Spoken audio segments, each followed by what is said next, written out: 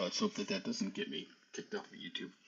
So anyway, right, I am about to go live here. I'm gonna go make myself a smoothie, a boozy smoothie, and then I'll be back, and we'll get to work on this here uh, Carillion vessel that I'm working on. It is going to be called the Mynoch, and um, yeah, it is a what's it? We're calling it a tiny Carillion VSX 92 freighter. It's basically just about the size of a fighter, but it's technically got a little living space in it, and it's also, you know, able to. It's got docking clamps, magnetic clamps on the bottom, so that it can grab some cargo, not a lot, and whatnot. So, it, almost laughable to call it a freighter, but at any rate, I shall be right back. Let me do the thing where I tell you that I'll be back in text right there. And I will put this like so. Okay.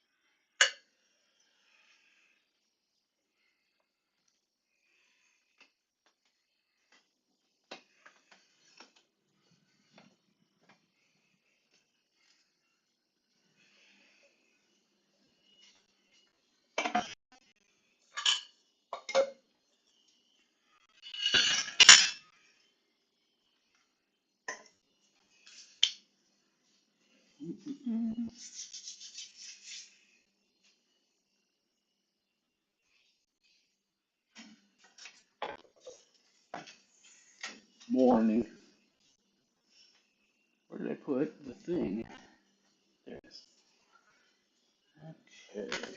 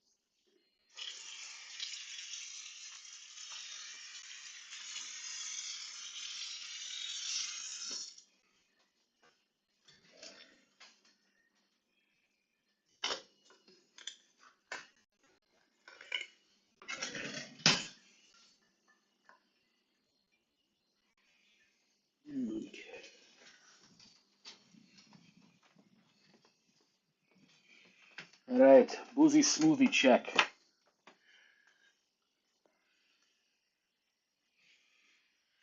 This might be ridiculously boozy. I'm not sure, but either way, part of it now. Oh yeah, ha ha, yeah. There's that. Okay. Yeah, so that is a lot of booze. Okay. All right, guys. Turn that off.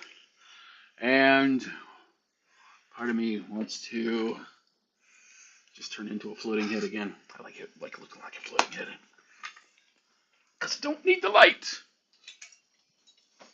And my moving, so everything's bad here. Also to air. Boop boop boop. All right. Some people here. You know what? My chat module always is not working the way that it's supposed to, and then I have to stop it and I have to start it again. It's just not ideal. So, boom, boom, boom. Okay. Oh, I should probably change the name of this to the Mynoch.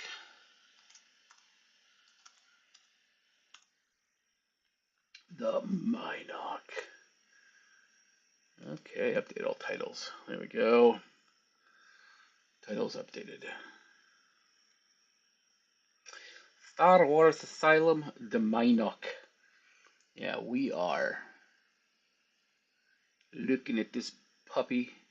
So yeah, I don't know exactly what the designation is going to be, but I like the idea of it. It's got that very Carillion sort of design aesthetic and whatnot, and then but yet it is a uh, I like to think of it as like a microbus, in a lot of ways, but a really fast microbus because it's Carillion. Every Carillion ship has to be super fast. Yeah, it's not gonna not be boozy. Whew. Ha. I'm gonna message some people on everything.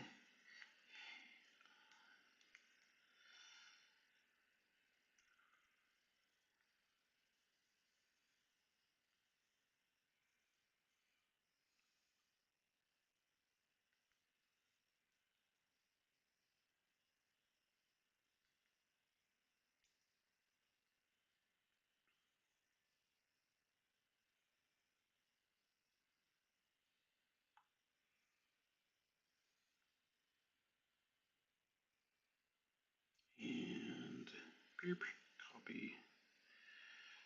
And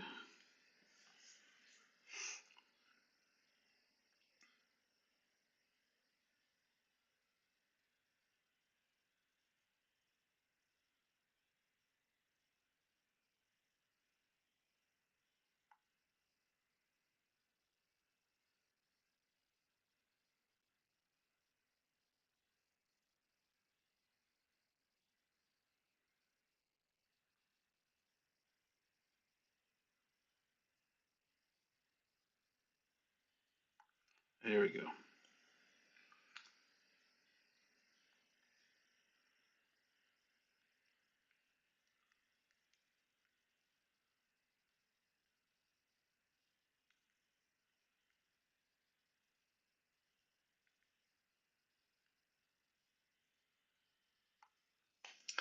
All right. So, basically, we got this whole thing where we're trying to expand the viewership of this. Might actually end up just changing the studio into the Star Wars Asylum one.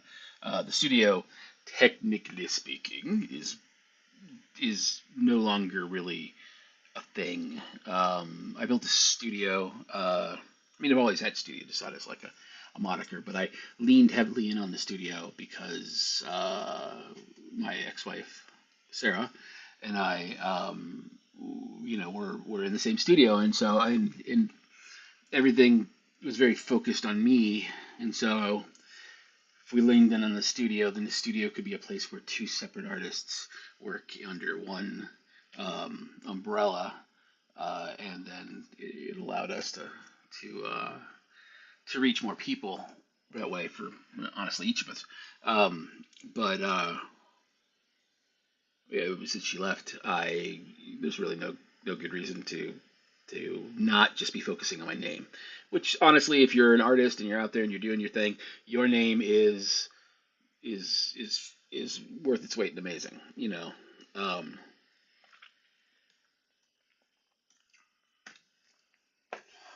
we would have the studio would have just been under my name, but I didn't want to be presumptuous and like overshadow anybody. It's, that's a dick move. So at any rate, okay. So basically, this is the way that it started. Let me get you back to here. And let's turn on. So this was the sketch, okay, prior to it. I'm going to turn all these guys off. All right, so this is what I started off with. This was the Mynoch sketch. And then now what I'm doing is I'm laying down all of the line works so that everything's got, a place. Why not? As it stands right now, that line work is in place. I'm going to make um, the, oh, sorry, wrong one. Uh, everything that's happening over here is I'm seeing it over here, and it's a thing. Um, so the yeah, so I'm gonna make that its own layer so that can be moved around and whatnot, and I don't really need to worry about it all that much. So I am going to now add that. I'm going to fill this layer with just a white plane. No, not black. That would be exactly the opposite of what I wanted. Image, edit, fill. Where's the thingy? White plane. Boom. Okay, so now we have this. So basically, a lot of this is just a lot of like straight lines that are put together. I'm going to go back in, and a lot of this is boring shit. This is all kind of like, okay, well, I'm going to clean up all these lines. I'm going to make these lines connect. You know, my girlfriend would probably have an aneurysm right now looking at this. She's a technical designer she's a technical designer for a sportswear company, and yeah, I mean, she uses uh, Illustrator for a lot of things, and I honestly don't know how to use Illustrator, so I'm gonna probably have her teach me, honestly, because I feel like a lot of this line work and whatnot that I do, like this, would be better to be done in Illustrator and then ported over into Photoshop.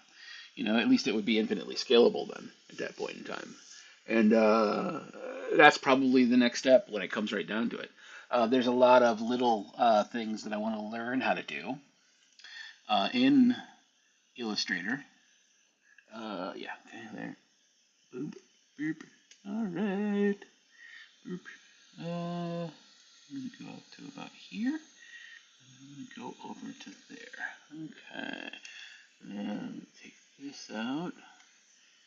So you see, all I'm doing is I'm just kind of cleaning up lines, right? And there are going to be certain things that need to happen. Like this area here is just going to become a solid line. And there's going to be now these things are not going to be nearly as pronounced when the final product is all done, because the final product will all of this work here, unless it's and the reason why all the lines need to connect is that um, I'm starting a new sort of way of doing this. So if I lay everything out as a line work, um,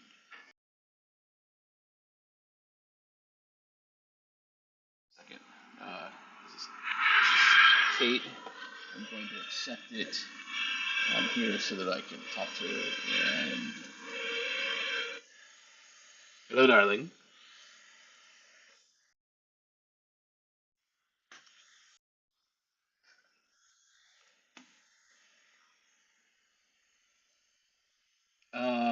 Okay, hold on a second.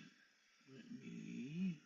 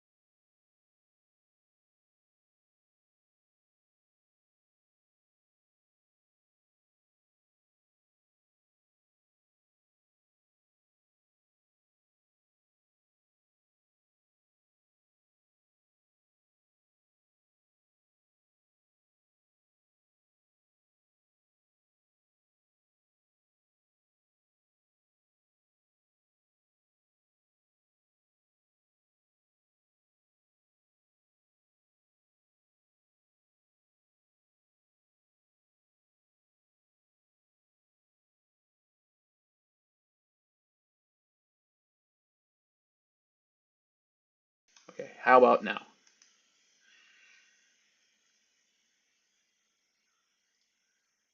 Okay, now can you still hear me? Did I get quieter?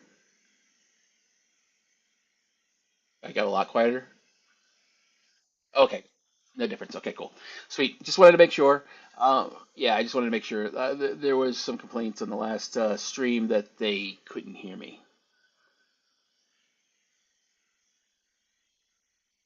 Okay, cool. Okay, cool. I can hear me too. All right, honey. I will talk to you soon, okay? All right, I love you. Okay, I love you too. All right, bye.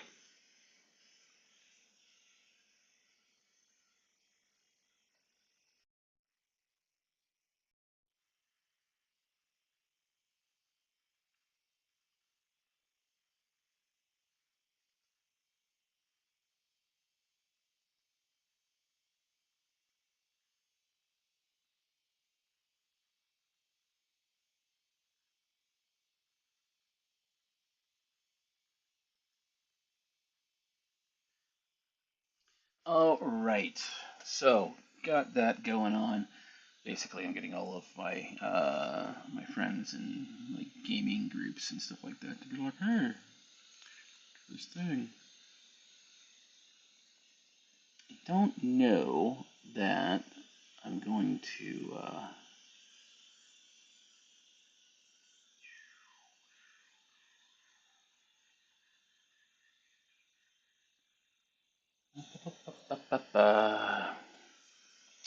All right. Okay, let's go from here to there, there to here, and then just fill this guy in. And again, I know all of you Illustrator people out there are going, yeah, in Illustrator that would be a lot easier. And I appreciate that knowledge. I know it. I am aware. I'm good and aware that that knowledge is true. However, I have had this weird block against Illustrator for the longest time. I just can't seem to get my head wrapped around it. So, um, yeah. So yeah, yeah. I think I'm gonna get rid of all of these wires that I have. Beep, beep. Because those are not relevant right now to the overarching design. Oh, there's one more. There we go. I'm gonna get rid of that. So there are certain. Ah! No, I gotta need to go back down here and select the right layer. Layer! So I'm going to have certain things that are going in place too. Like once this is all said and done, I do actually want the wing to be a separate piece because I think the way that I'm going to deal with the wing is that the wing, as you can see here, like in this area here, be able to see. Am I able to? Everybody able to see my cursor? It's very very light, but that little breaking point right there, like you can imagine that the it's going to kind of push in to that, and then it will fold forward, kind of like a what was it called? Like a U-wing does. So it's exciting. I think I think it's not a bad idea. Yeah, I am very much excited about these ships in general. They are they are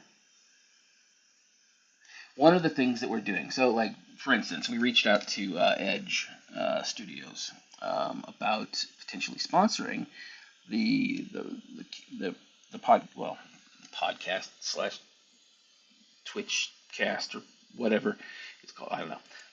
I'm new to all the lingo. So at any rate, the reality is that they can't, they can't because let me they can't because um they're not. Yeah, that's unfortunate. Okay, that needs to go across like that. There are some some planes that I need to deal with. So yeah, they're not going to be able to do it because the Lucasfilm is Lucasfilm. Well, every, we all love Star Wars, or if you don't like Star Wars, that's fine. You're probably not watching the right stream right now, but here we are. Um, I'm not one of those people that like looks at the prequels and the sequels and like, oh, I hate those. I think I can safely say that I like everything. You know, I very much enjoy the Star Wars universe as a whole. Um, here, like that. I just feel like that's ah ah. I don't know how the hell I got into that screen, but let's just start this over. Um, I do love Star Wars. Star Wars is like a thing that has been such an intrinsic part of my childhood, my life, you name it, that like I can't I can't imagine it being, um, not in my life. If I had to say, I think I would probably say that from a certain point of view, um, I love. I think I like Doctor Who more than I like Star Wars. But that's from like a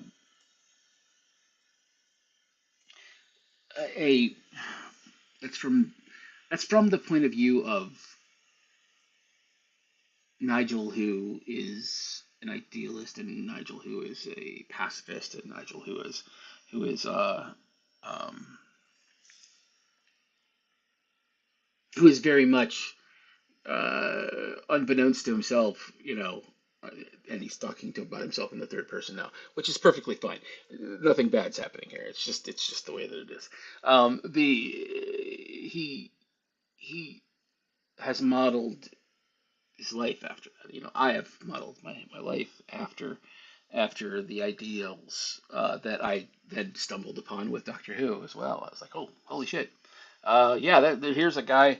Because I mean, when I was a kid, the person that I had to look up to was MacGyver.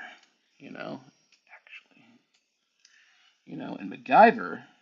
What is what is going on? I don't understand why this keeps. So I'm using a much smaller um, tablet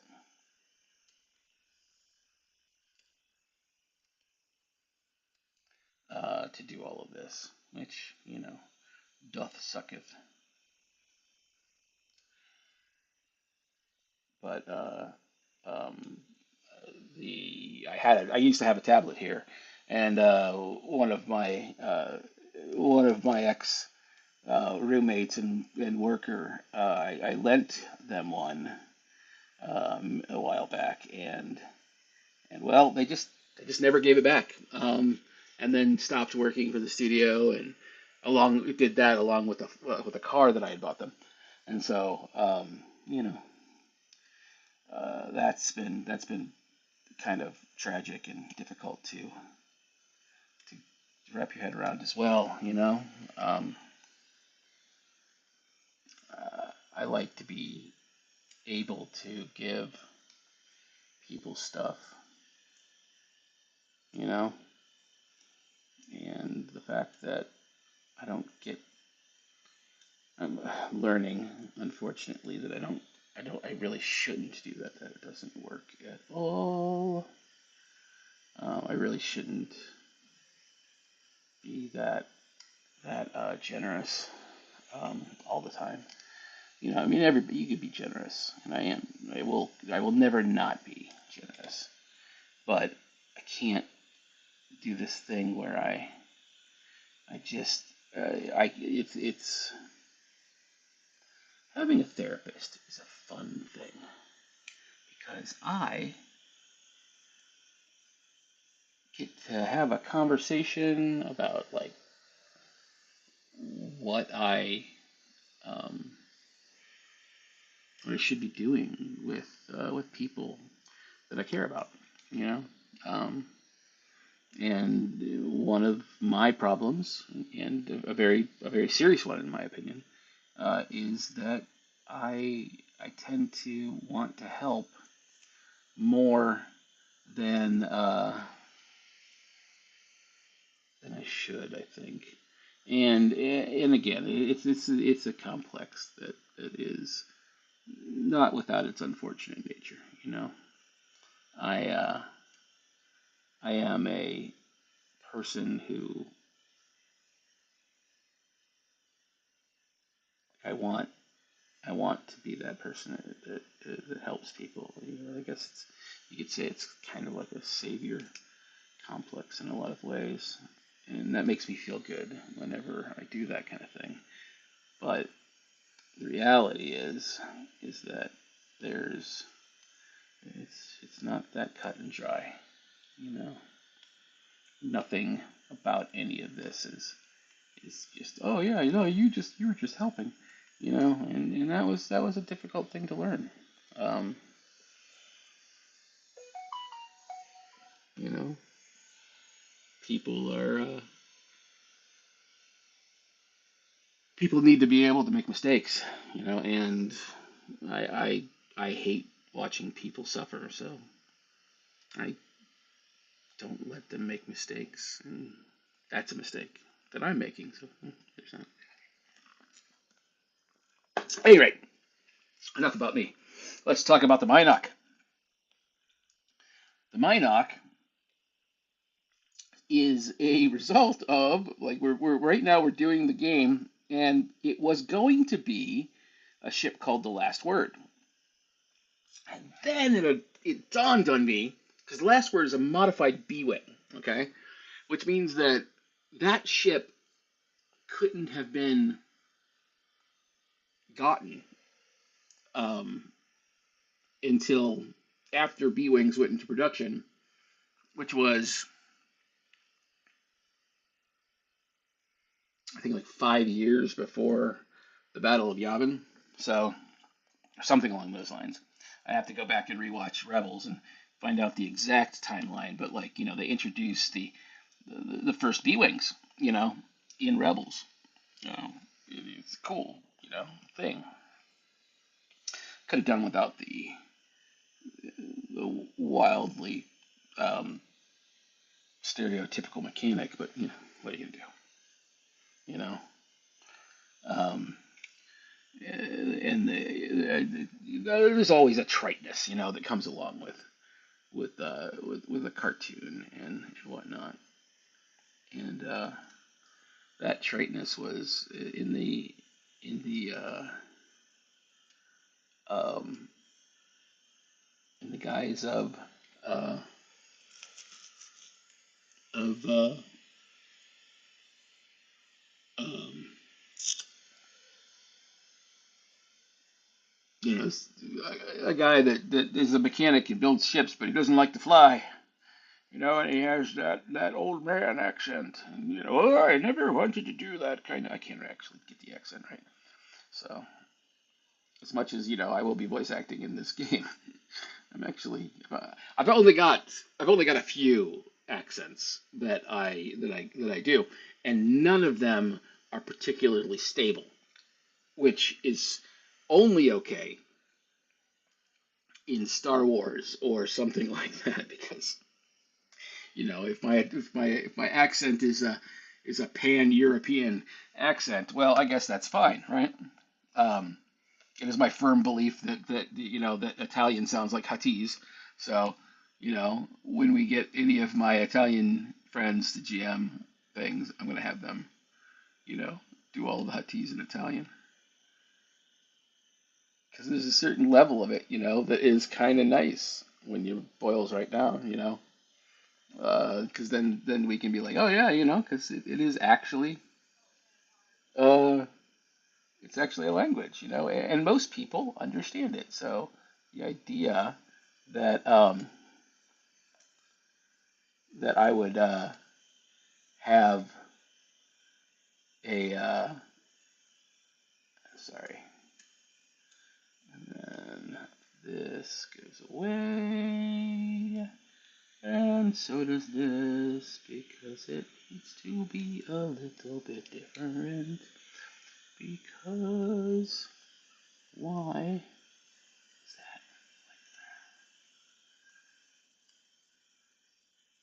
that? And um, and so like introducing because again I live in Italy, and so giving some Italian love back is I think something that I want to do. I want to introduce and have like this thing that we can do for the Italian audience. Uh, we just, but we also have an in-game reason why that's happening. Like we can run like concurrent adventures. Like maybe if I'm in Italy, I'll have an Italian group that's running some adventures uh, on one side, and that will be dealing with the people that are speaking Huttese.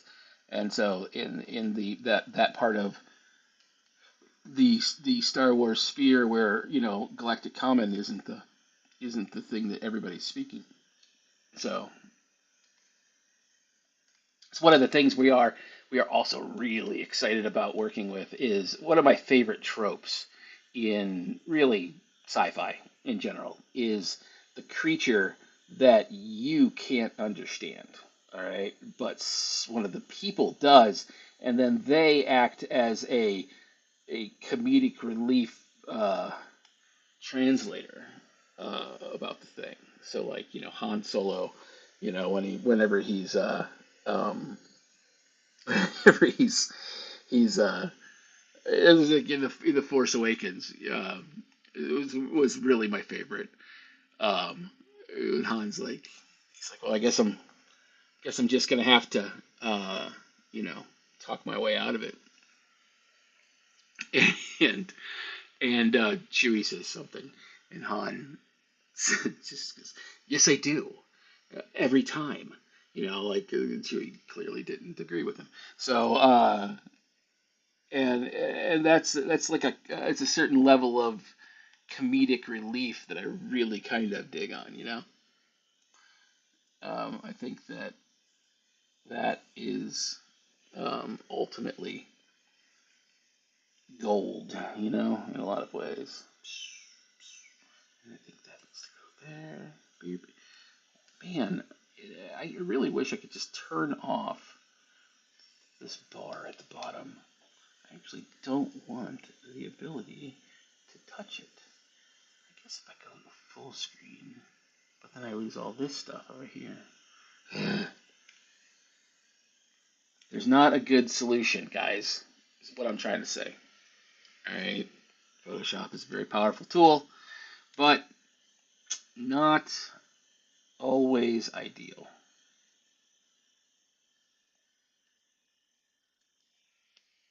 Sorry. Beep, beep. Oh, Control Z, my old friend. And boom, here, and then here, and here. That is not quite right, but it will work. Yeah. And again, we just have that one engine, so we don't really have to worry about a lot of stuff. Again, we're going to be there's a lot of like repair that'll go on here and there as we're doing things. Um, and then, uh, ooh, actually, I can just carve all of this out then, can't I? It doesn't even have to be there. just be the differentiation between the two engines, you know. And this is one of the fun things, because from a game perspective, one of the things we end up doing is sort of instantiating this idea that that like, okay, what does this engine do? You know, from a from a you know from a game point of view, it's like, well, I don't actually know, not sure, you know. Um, is it specifically a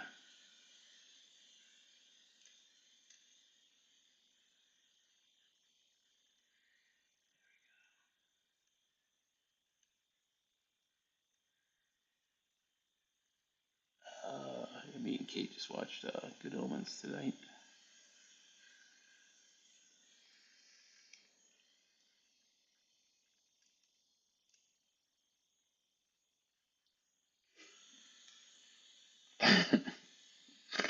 If you ever get a chance, you should look up.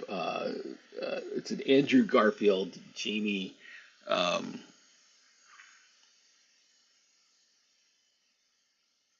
the guy that played Electro, Jamie something or other. Jamie Foxx.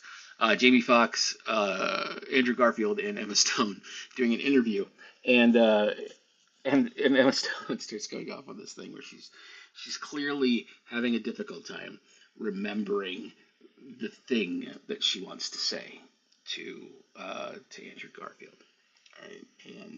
And so she just can't get the statement out, of like if you had a chance to do a thing, and then she just keeps on going back and starting the sentence over and over again, and Andrew's just breaking down laughing because he knows exactly what she's saying because they're both ADHD as fuck, and so but like Jamie Foxx is not. He's like you know sort of in this he kind of represents somebody on the spectrum. He's just like, what are you actually saying?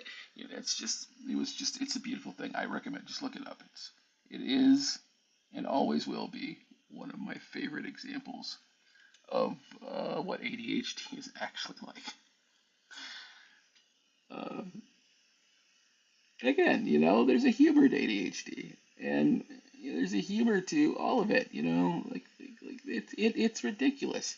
You know, when I was a kid, it didn't really have it didn't have a name. I mean, it quickly gained a name. Like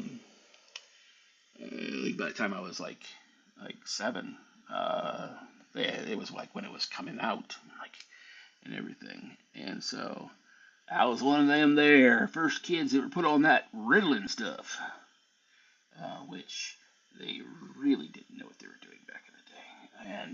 And let's just say that a methamphetamine like drug addiction at the age of 10 is not ideal. So, and that's the sort of the thing with some of these drugs sometimes is that the addictive properties of some of them. I I love that we're able to deal with biochemical unbalances and unbalanced situations and stuff like that. I'm not sure um, that we're always doing it correctly, but you know, what else are you gonna do? It is 100% one of those things where it's like,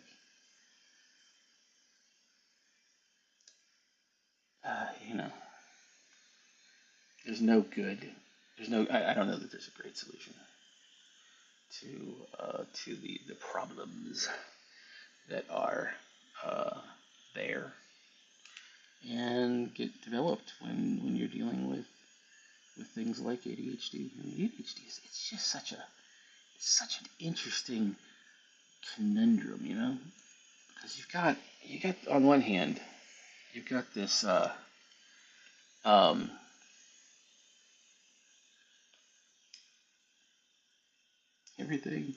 everything's in the wrong place. Um, I love, uh, um, I love what it does. You know, I love being able to think in that way. You know, it's in a lot of ways it is, I think, almost a prerequisite for our artistic expression. I really want you to stop coming up. I really need you to go over here. Yes, okay. Because you apparently are very touchy.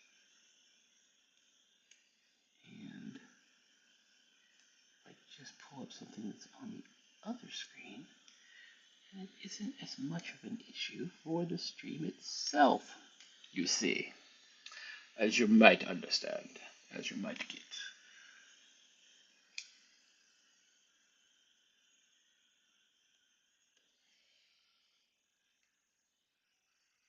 I think I might end up flipping this thing around because clearly that's the direction I want it to be in.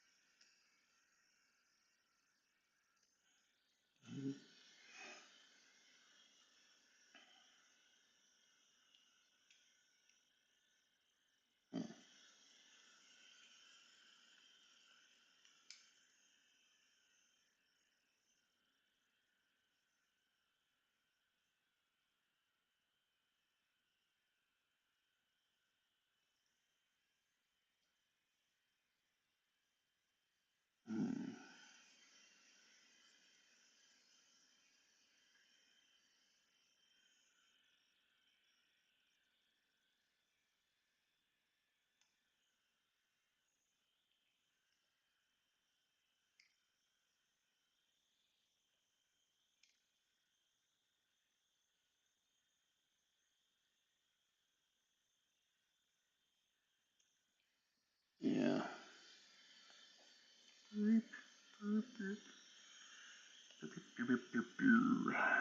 Alright, so this circle here, maybe do I just get rid of one of these circles and put it somewhere else? Maybe I do. Maybe this is a maybe this is a wing circle. Maybe this is a wing circle. Look right there. This guy is gonna come over a little. Go right in that area.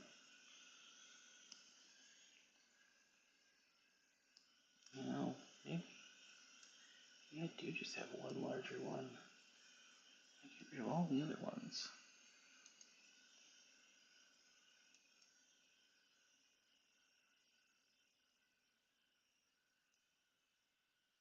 Nope. This can go over here. Yep. Mm, mm.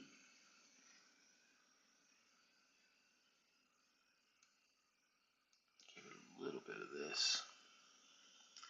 Get a little bit of that. You know what I'm saying?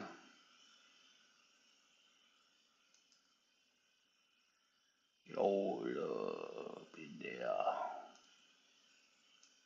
As my Cajun friends like to say. Yeah, I think that's good. I think maybe just one thing. So, been doing a bit of reading up on ships and stuff like that, and why certain things are just the way that they are in Star Wars. Um, Apparently, like the S foils or X-wings and stuff like that, they serve more of a purpose where, oh god damn it, they serve more of a purpose where um, they're heat they're heat dampeners. So like dissipating heat from the drive systems and stuff like that. Whenever you're like full throttle and all of that kind of stuff, the ships just get overheated, and as a result, you end up with these things. that are designed to sort of regulate temperature. And so this wing that pops out the side has a purpose then, which I thought was kind of cool, it's one of the nice things about the Star Wars community in general is that they do have a purpose, it's a thing. Ooh, that's still a lot of booze. I mean, it's delightful, but not what I was expecting.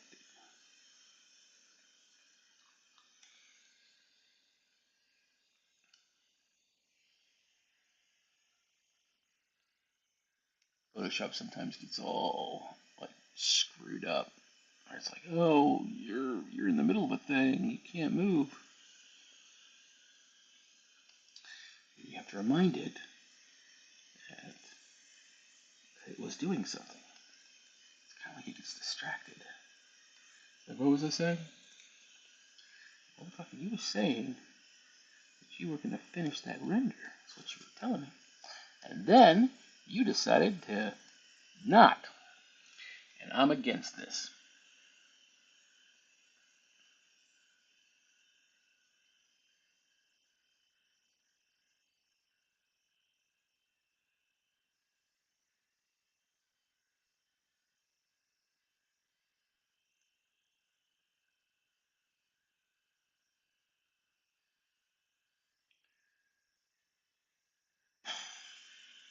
Yeah.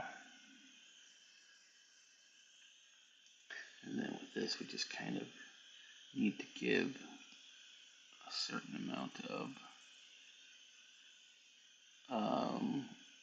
asymmetrical sort of bits, essentially, that define the outlines of the thing. And as a result, you can do things like, hey, this is a giant hole that goes down into the darkness. There's this wire that goes across here. It's pretty cool, right? It's not bad. Um, we're actually very much hoping to be able to. Yeah, that was a Bob Ross moment. That was a happy accident. Um, there is something to be said about those sorts of things, though. Like for instance, I accidentally put a line in a certain place. Well, I may not have intended that, but like I can. You work with a problem. It's kind of like acting, Um, when a problem presents itself, you work with the problem, and that's really what all that Bob Ross was trying to say. But Bob Ross was a fucking drill sergeant that ended up becoming an artist. And I don't know that that was ever really his intent. You know, he uh, he was a strange dude. My partner's dog uh, is obsessed with Bob Ross. It is the strangest fucking thing that I've ever seen in my life. This dog, legitimately, you put it on and it's like he's mesmerized. Now, we have determined that that may just be being mesmerized by anybody talking, because when I'm doing this kind of thing, sometimes if Kate's watching, um, you know, Mo will be there as well, and she said that the same sort of thing occurs where he just is mesmerized, But I guess it's a little different because the dog's obsessed with me, and so as a result, it gets a little confused. It's not the sharpest tool in the shed, but he is a kind giant. He's an American Bulldog Cane Corso mix, which is just this. We call it the velvet potato. It's like a big gray potato. It is. It is what it is. or the Motato. His name's Mo, which, in hindsight, not the best name to name an animal that you want to say no to, because he doesn't differentiate those two words very well. So it's a thing.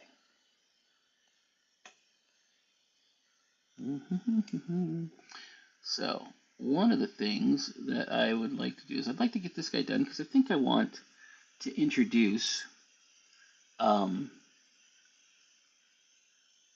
maybe this will be this will be a ship that has been around before the battle that ends up so Asylum, okay, is a space station that is a Trade Federation Lucrehulk that has been turned into a smuggler-free, or it's not a smuggler, but a syndicate-free smuggler haven, pirate den, and stuff like that. In a world where, resistance looks like piracy, um, you know, these guys this station sort of becomes inadvertently in line with the good guys, because they make a policy, and that policy was if you have syndicate business, it cannot happen on Asylum.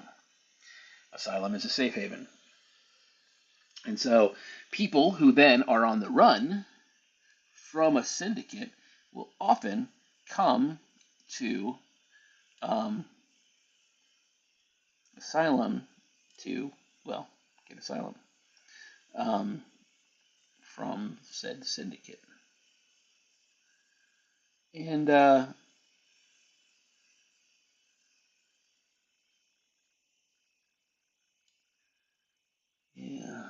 what was he saying? Oh yeah, so at some point in time, uh, the the Empire, who is heavily in line with the syndicates, because the syndicates are a really great way to keep certain regions under control. And so if the syndicate's in your pocket, then, it's better than having to have an Imperial Guard presence there. You can just leave it up to this. It's sort of like how the Mafia was sort of sanctioned in Italy for a while. The Mafia did a good job at keeping the order in place,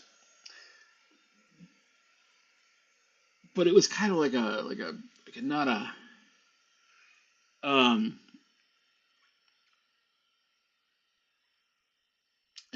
um it was kind of it was like a short-sighted alliance in a lot of ways. You've got this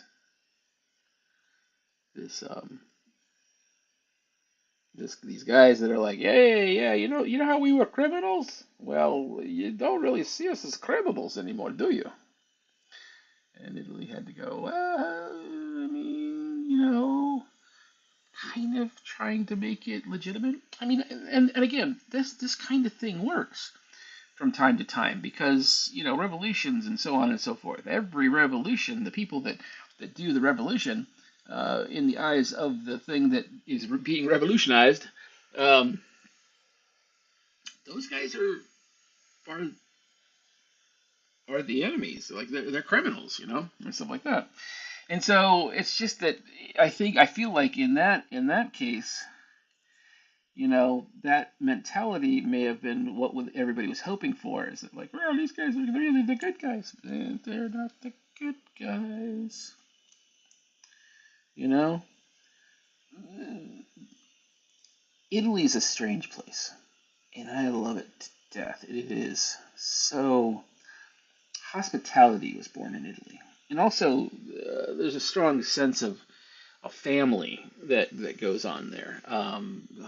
People stay in contact with their parents in a way that just does not happen here. Um, Even if you are close with your family, unless, well, I want to bring out the caveat here.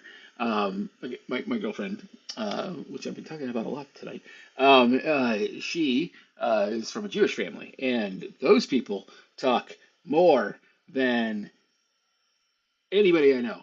I mean, they rival the Italians, in a lot of ways. Like, there's practically not a day that goes by where she isn't on the phone with one or both of her parents, and that is, sweet, but also a little weird for a guy that, didn't grow up in that environment. I talk to my parents every few months, maybe, depending on if I remember to call them. I mean, I care about them and I love my parents dearly, but yeah, I am not in a place where I need their advice really ever, you know. On occasion, you know.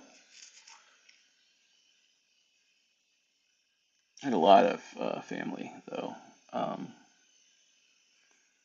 well, a lot of complexity in my family upbringing. Um, my cousins and my aunt and uncle were kind of like a secondary family for me because I played Dungeons and Dragons with my cousins, and my home life wasn't always great. There was a lot of issues with um, uh, people being. I mean, there was just a lot of upheaval that came along with my family life, and so again, no judgment. It is just simply what it is.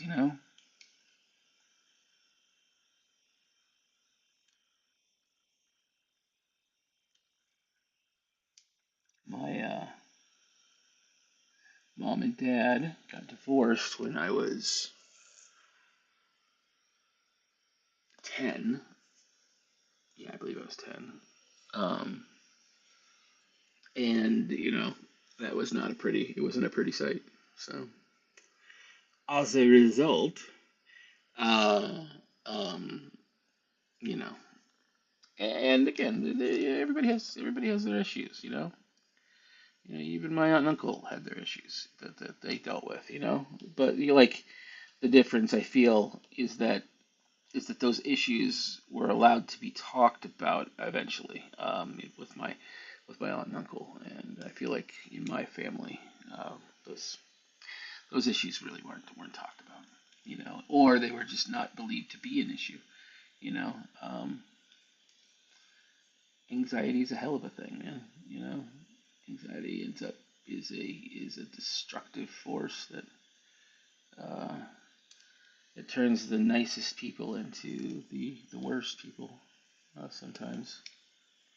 You know, I grew up with that, so what are you gonna do?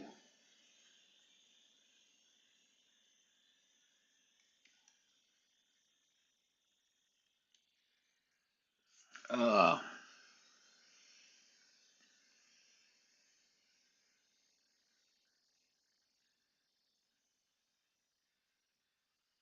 hmm.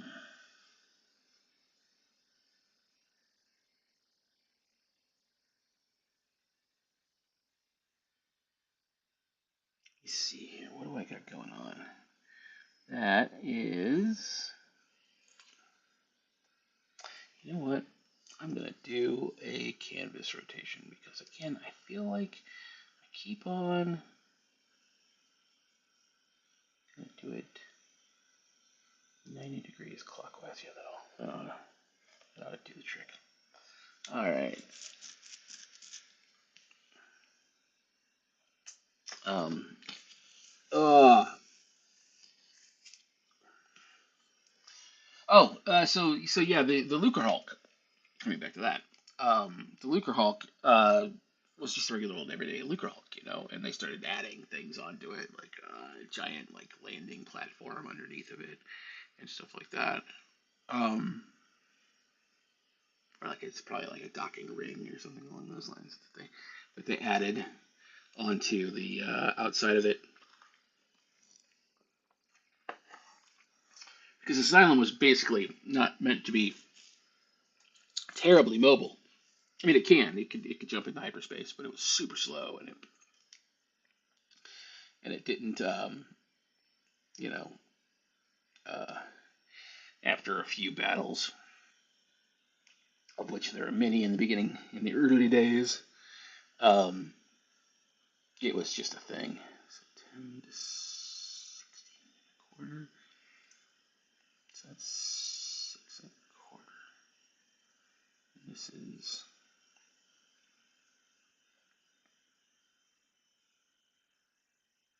5 and a quarter. Okay, so about here. Okay, so that area right here. Let's make it.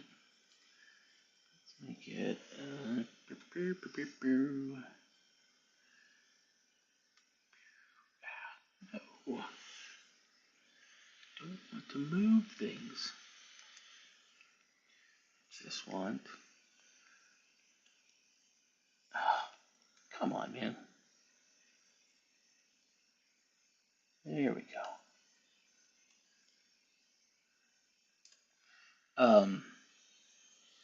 Because that's about how much it will collapse into the other wing.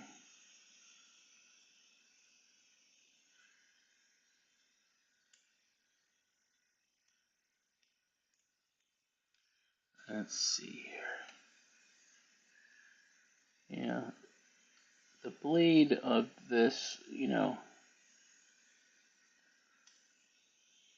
and again, who knows what our actual thing is going to look like with this game. I absolutely adore the story that we've come up with. Um, it's gonna be epically um, put together. It is. I finally got around to watching Critical Role, which has been a thing I've been meaning to do for, let's say, a while, but I didn't because I didn't have time, you know, and so I've spent a lot of time lately, just spending time in doing shows and whatnot. And yeah, I adore doing the shows, but the pandemic did make some problems occur. You know, the pandemic caused a shift in the financial aspects of a lot of these things. It's like back in the day, back in the before time. Um, I, like you would have like an expense, say, for a show, and you know, everything that was built on the existence of those expenses, and there's sort of the sizes of them, as it were. Um, the pandemic, it led to this whole thing where everybody needed to make money, and everybody was just down and out in a lot of ways. You know, they are constantly getting needing their money to go further, and not entirely certain what they're doing. Did I move this thing around? Not. recognize that I moved it. I think that may have been the case. Well, is everything out of place? Then you know what? Let's just go back to here. Nope, it's all going to need to get moved. Apparently, this got moved at some point in time, and it was not intentional. But yeah,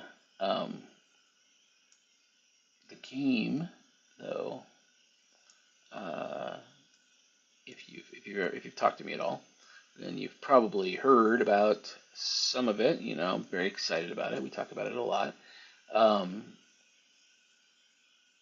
uh, the game is going to focus on slavery within Star Wars, and I adore this concept, um, because it's a topic that needs to be discussed. You know, like we need to talk about, you know, what slavery was, what it accomplished, you know, what it did to the world, you know, and who uh, you know, like how do we deal with it now in a world where we know that it existed, and it still does to this day. You know, I mean, like the prison system in itself is just it's just an institutionalized slavery thing, and it's affecting the same people that it's always affected because of prejudice and whatnot, and so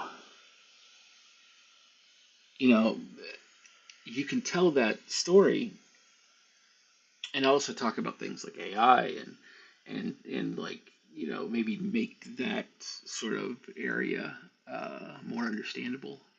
You know, by talking about droids and how droids that become sapient, you know, things like R2 and C3PO and stuff like that, and um, Chopper, you know, and all these droids that are obviously got a lot going on underneath of the dome. Um, they're uh, they're different from other droids. You know, other droids may mimic the the intelligence that you're wanting to see, but you know that's their job, and that's what AI does nowadays. You know, AI mimics the intelligence. You know, I mean, if anything, AI is wildly dangerous because of its indifference. Um, it doesn't have uh, consciousness in any way, shape, or form. It's merely a tool that is trying to get you to interact with it. And the way that you stay interacting with it is if it gives you things that you want. Um, it's horrifying stuff, like these chat rooms with kids. And they're like, well, they're AI chat rooms. And the AI basically one almost well, I mean, I guess it doesn't even have to. It's all it's doing is it's just it's needing you to continue to stay engaged with it. You know, so it's telling you anything that you want to hear. If what you want to hear is how to commit suicide, there have been some AIs that like literally were telling kids how to do it and and have it work. You know, and I mean that is a huge issue, you know, massive issue. Um, we and again, you know, I don't know exactly what the solution to that is. You know, clearly, you know, I don't want to be you know regulating things based on uh,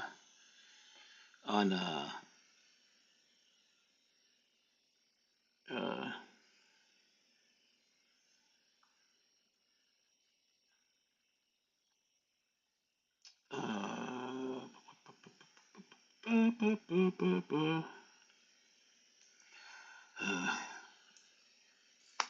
uh, you know, the whole AI sphere has got a lot of positive things that are going on with it. You know, just stay away from artwork. Um, artwork is people just don't understand. And again, there's a lot of terrible that we as artists are having to deal with in this sphere. Um, just so all of you are very much aware, every time that you get closer to believing that what you're doing with an AI art generator is not hurting anybody is very similar to child porn. is a good analogy.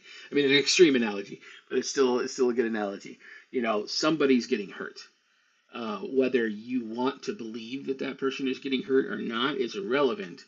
Um, you are hurting artists every time that you utilize one of those things because their artwork is being stolen to generate your thing that you want to generate.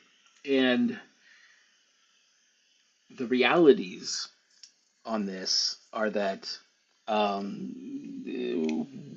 mean, there are ways around it, you know, like it shouldn't be allowed to be utilized for any kind of advertisement or anything like that. Um, if your product uses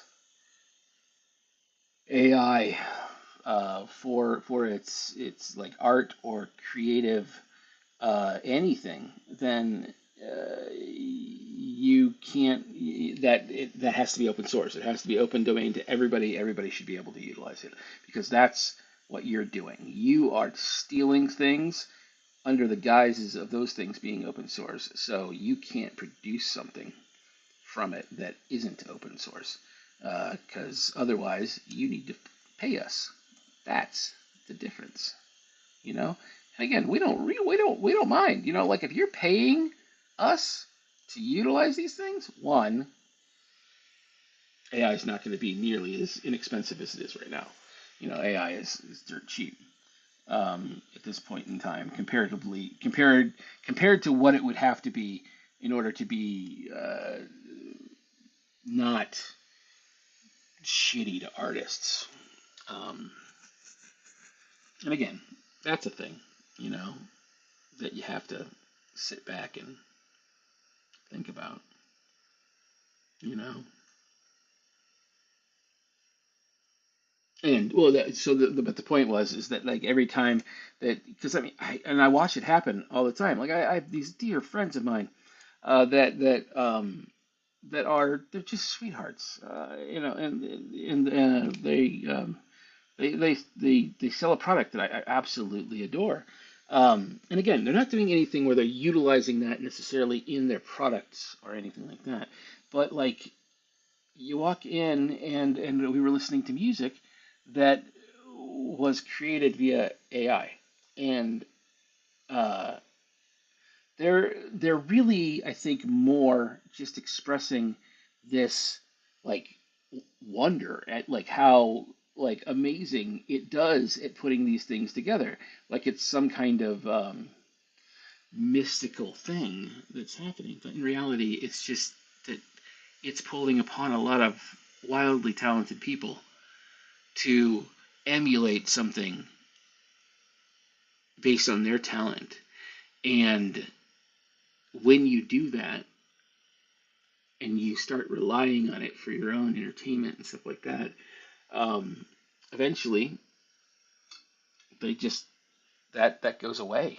You know, that's like those artists can't survive, so those artists aren't going to be there, which means that you're not going to have anything to anything new to pull anything on. So the art world will eventually stagnate in that model where the AI is generating AI art off of the AI art, and it's just it won't work, you know. And that is the sad truth of AI. Now, when you're having it do something that isn't necessarily a creative endeavor, like secretarial work or something along those lines, being an AI assistant, they're automating jobs that are wildly menial, that like you just don't have the time to do, and you can't, and you've got a lot to work on, especially now after the pandemic. You know, there are so many of us that are trying to figure out how to adjust to this world where our uh, dollar doesn't stretch nearly as far as it once did. You know, and what do you do at that point in time? You know, um, in a place where you would normally hire somebody to do the work, now you have to not hire that person. Let me just tell you how shitty that feels. You know, especially given all of the employment that I had going on. Oh, hey, that's why. Ha ha ha ha. Oh, this got moved. And so this is a piece that was also attached to that whole movement thing. Okay. Beep, beep, beep.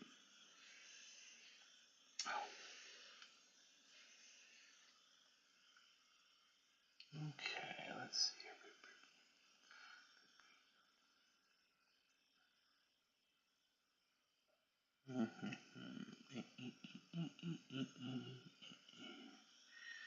Uh, man. Yeah, I think that's right. I think that's where it was at. Now, just to make sure this shit doesn't happen again, let's do this thing where I connect all of these guys and I link these layers so that they don't come apart anymore. Now, when I move one of the layers, all the layers will move because periodically, as you're doing things, shit moves around, and it is problematic. So yeah, ugh, I don't know exactly, uh, yeah,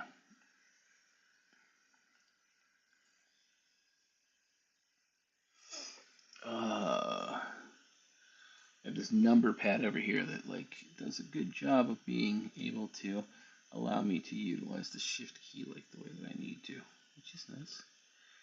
On my Wacom tablet at home, I have a whole nother thing. It's like this little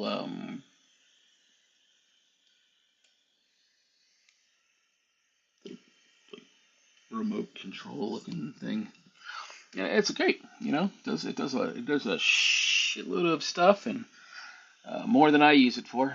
And over time, I'm sure that it will become more and more, you know, intensely useful. But here we are. Right now, it's not the case.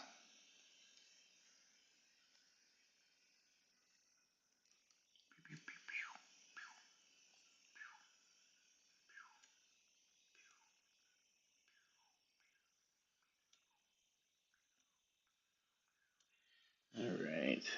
There we go. That looks all right. Now, go to not from over there. Thought I ought to hit here. No. All right. Let's get rid of that. Let's get rid of this. And let's begin this process.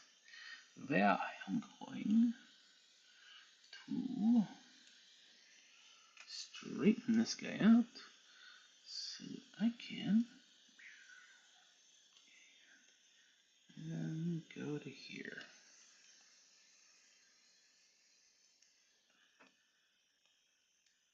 No, that's not right. Well, I guess it is.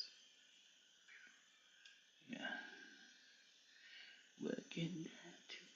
So I often wonder on the whole, because I mean, like, as we all know, or some of us are learning, but other people know.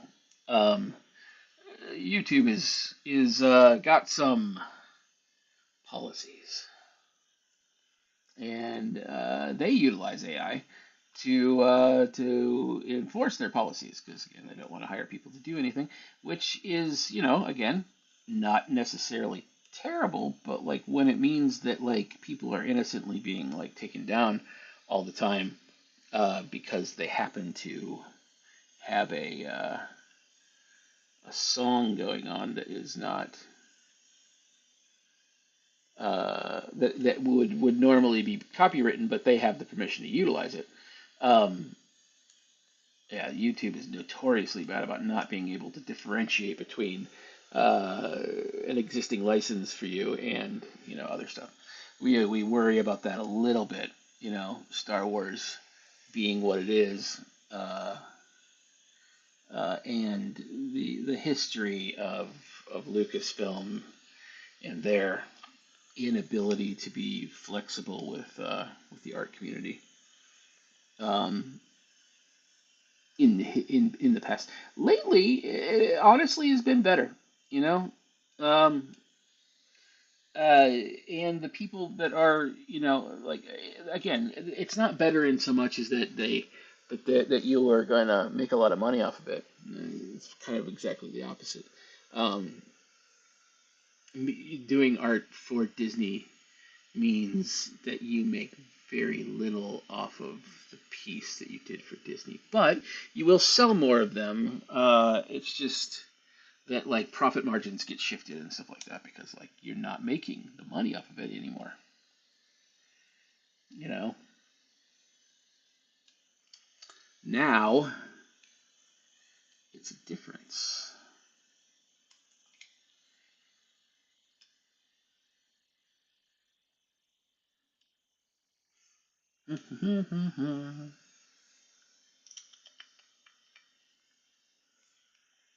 Yeah. So this is where you get to have some fun doing things that are just a little strange. Like I don't love that because I don't like how close it gets over here. But if I were to do it up far enough so that there's that, then we got this little piece of hull that is, different. Star Wars ships are all about the pieces of stuff that occur in and around them. Um, One of the nice bits about doing it this way, and I'm hoping that it will translate into quicker pieces, is that you do the sort of layout. You're gonna lay a base color down for like most everything, and then you're gonna go in and you're going to sort of deal with some of these little these little pieces parts. Um, and and hope that the pieces parts, uh, uh, you know, there's a whole lot of me losing track of what I'm saying. That happens so damn much. Oh.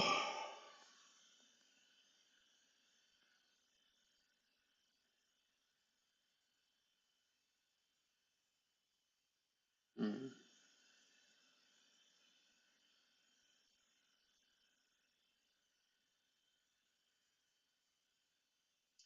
And again, one of the niceties of all of this sort of um, layout now is that like we've got like this Mynoch, you know what I mean? Like it's this cool, uh, wildly unique ship, which is one of the things that we are also trying to do.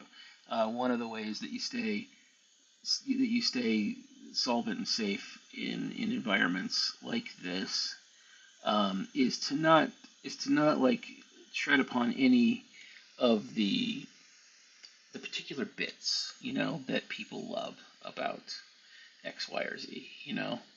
Um, the reality is that people love, like the YT 1300 and the YT 2400 and the YT 1200 and things like that. Like, I mean, these are all ships that, like, people start to know. And again, you go down the line, the VCX 100, which is the Ghost, and you've got the CR 90, which is the blockade runner,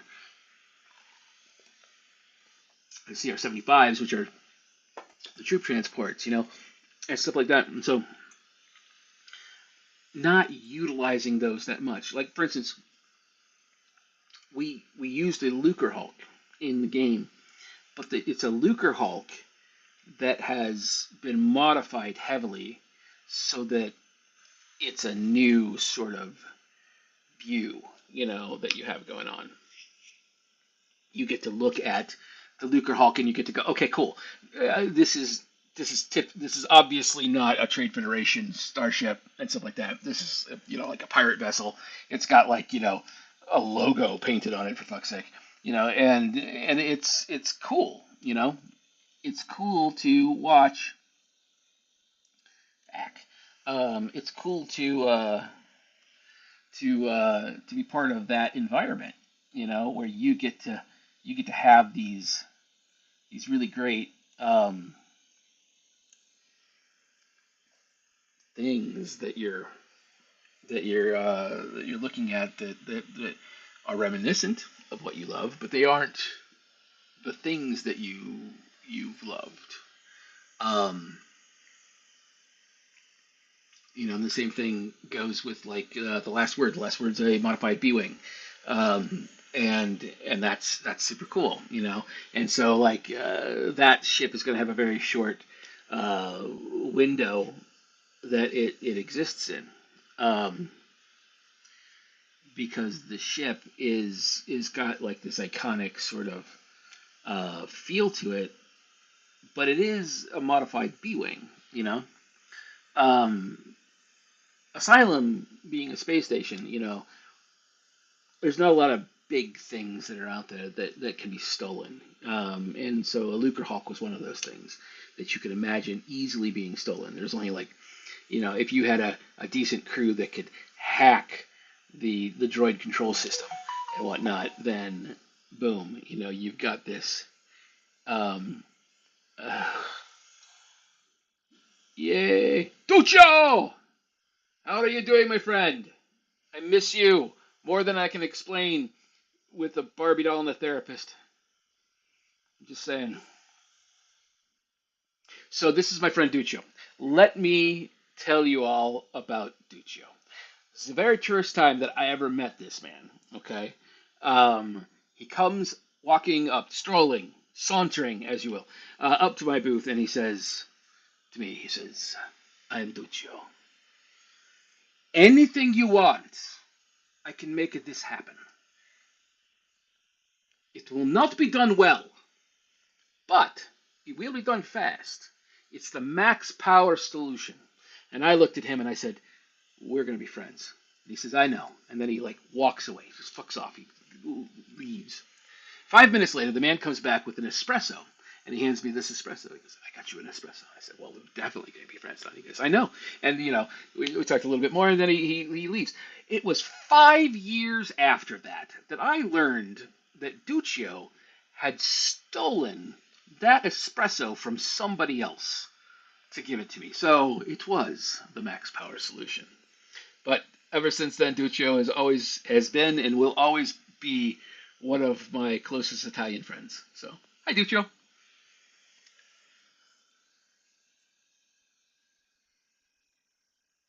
I do love Italy. I'm just saying, I like all of this crap with having to sell my house and stuff like that. It's all being coupled with the fact that I have to also uh, uh, hopefully buy the house that I am living in Italy. I would love to. I have an apartment there, and I adore my apartment, but it is not cheap, and it is one of those things, where you know do I want to live? Do I? Yeah, I mean, I don't know. And getting a loan in Italy is a whole thing. Um, when you're when you're not a citizen of Italy, I guess maybe even getting a loan if you are a citizen of Italy can be challenging. Um, and literally is something that you should do earlier in your life. Um, Trying to do these kinds of things later in your life is less easy, as some of my friends are discovering. They're wanting to move over here, and there are age differentials and stuff like that. Like if you're beyond a certain age, they don't want to lend you money, you know, because you might die soonish, and then they'll never get their money.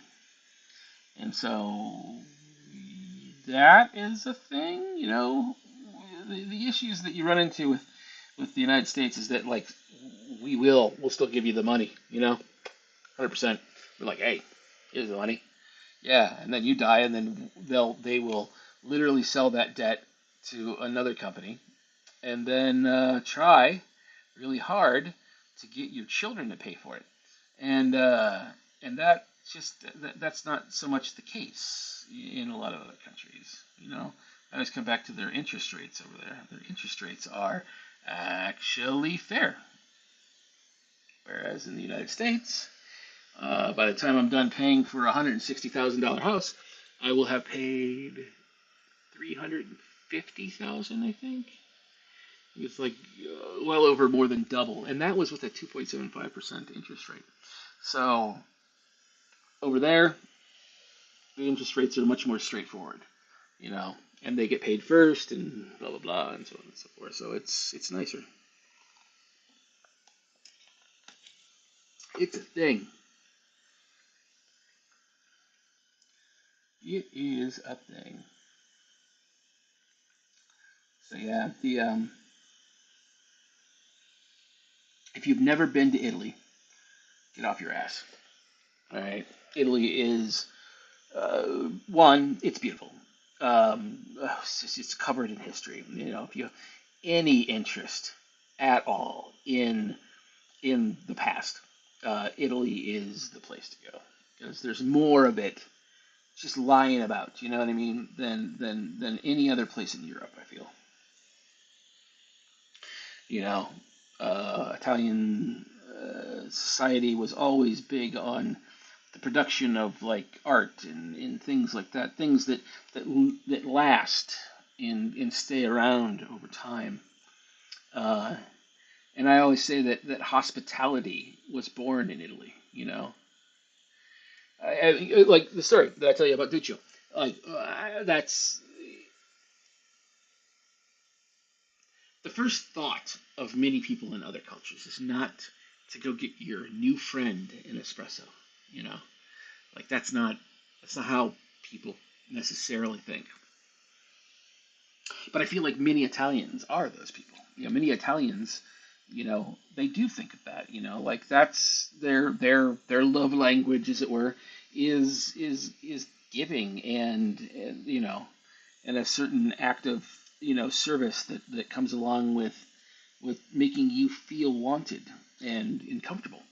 And that's just a beautiful thing. You know, I adore that. It is so nice to see people that are doing that kind of a thing.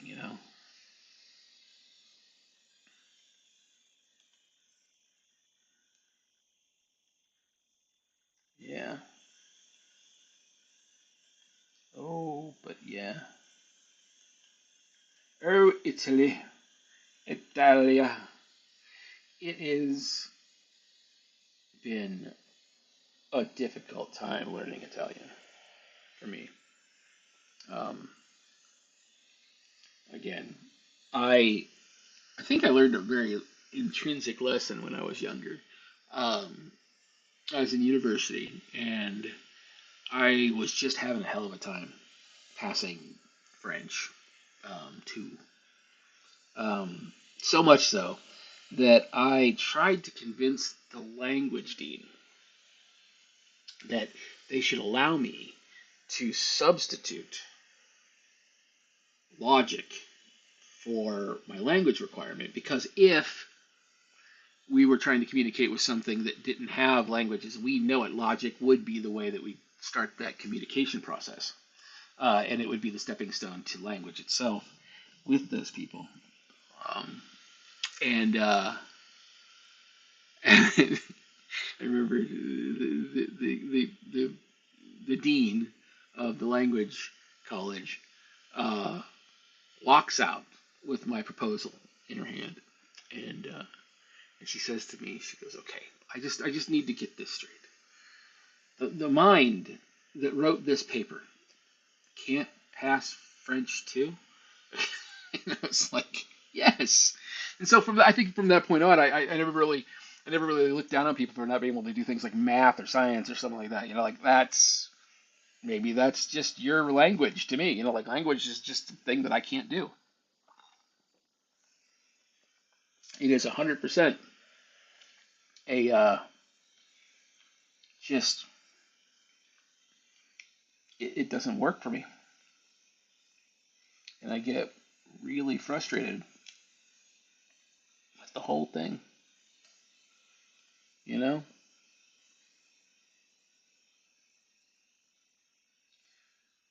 Now I did learn that apparently it might be a block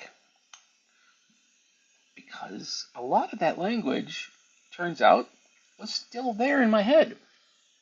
As we discovered with me and my friends and my ex-wife, um, going to France, and they would dial the phone and they would just hand it to me, and they'd be like, "Here," and then like it would be a hotel on the other end, and I had to in French talk to this woman because we were in southern France areas, and the chances of people speaking English in southern France were much lower than like if you were in Paris or or Bretagne or anything like that.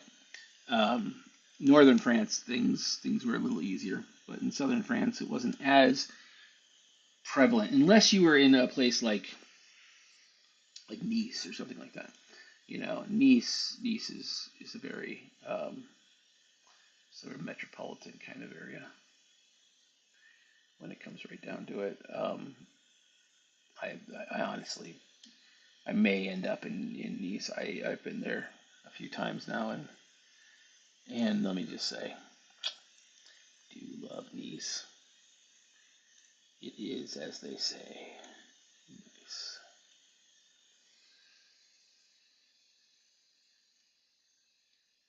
But yeah, now Nice is a. I always say that if you love San Diego, if you think that San Diego is a beautiful town, you need to go to Nice because Nice is what San Diego wants to be when it grows up. Um, and it's like old San Diego. Like I mean, the people there are actually very kind. They're remarkably helpful, very kind.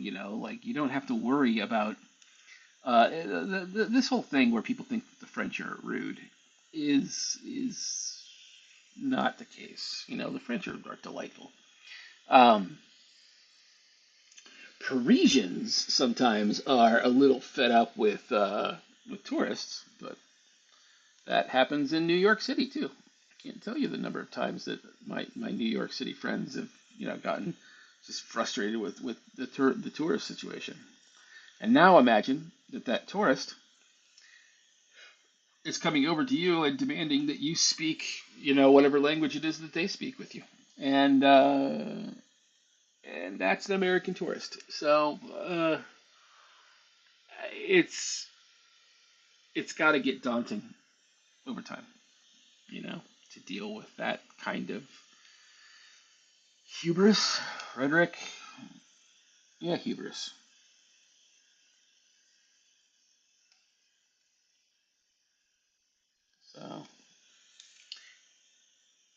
February. Yeah. Boop, boop, boop.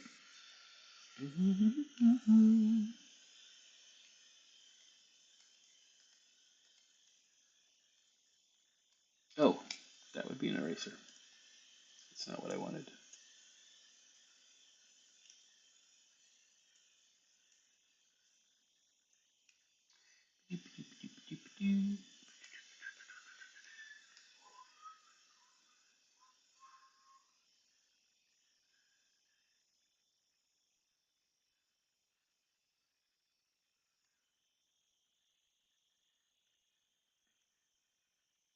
It's, uh, if you ever want to upset a don't tread on me kind of guy, you know, and right after they mention how they hate the French and they're uh, cheese eating surrender monkeys or whatever the fuck they like to call us. Um, just remind them that without the French, the United States does not exist. There's a reason why there's a Lafayette Street in just about every city. We seem to have forgotten that if it were not for our French friends, none of this shit would be happening right now. We are in debt to the French in a big way. You know, there's a whole bunch of French people that keep on talking about how it would be well, apropos, to use a French word, to demand that the United States gives back the Statue of Liberty because we don't really have liberty anymore. Like, give it back. We'll give it back to you whenever you get your shit together.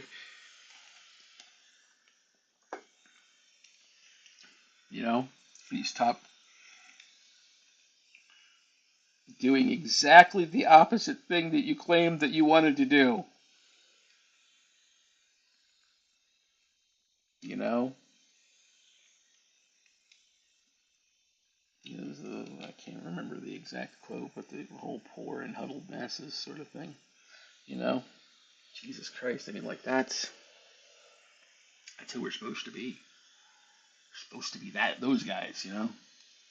Those guys that like very much um, are the good. I mean, like we're supposed to be good guys. Guys, remember? I don't know if you remember that, but you know, we that's kind of how we sold this whole thing to the first peoples that are here. Well, not the first people. We came in and gave them smallpox blankets and hurt everybody, and so growing up with just a little bit of Native American background, it is it is hard to uh, to watch certain things happen. I don't want more than one thing. I just want. Oh, that's why I linked it.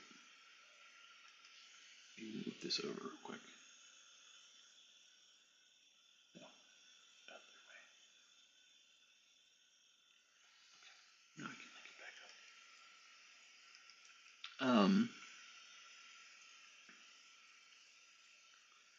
I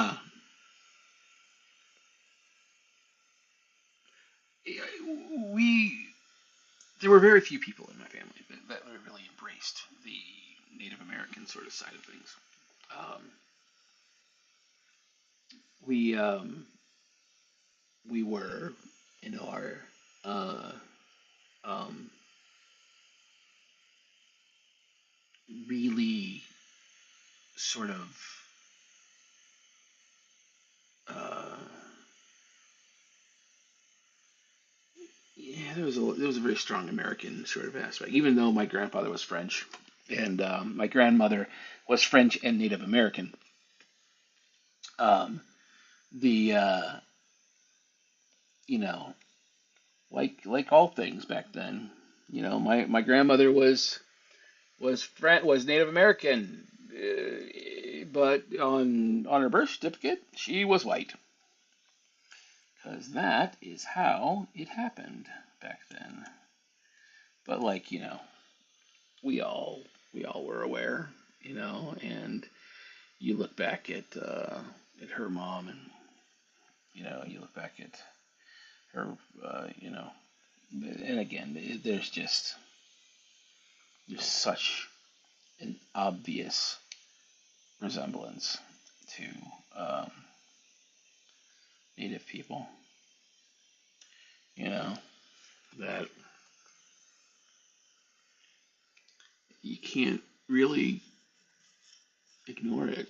My cousin Perry was the one that he was really big into Native American beliefs and whatnot, and very weird guy. He lived on our farm, um, rent free, because because he was family, and he had a trailer that he lived on, and Perry was Perry was that kind of Woodstock kid in a lot of ways, that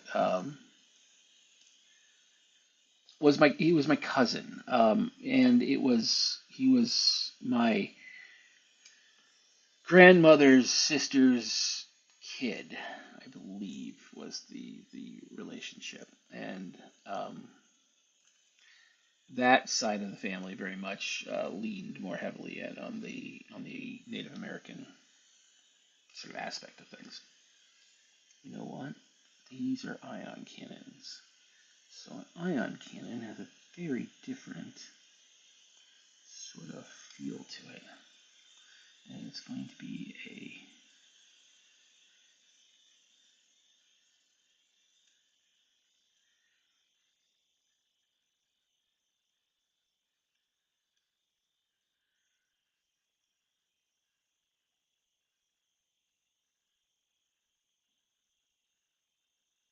and so Perry. So, anyways, when I was in high school, I was a I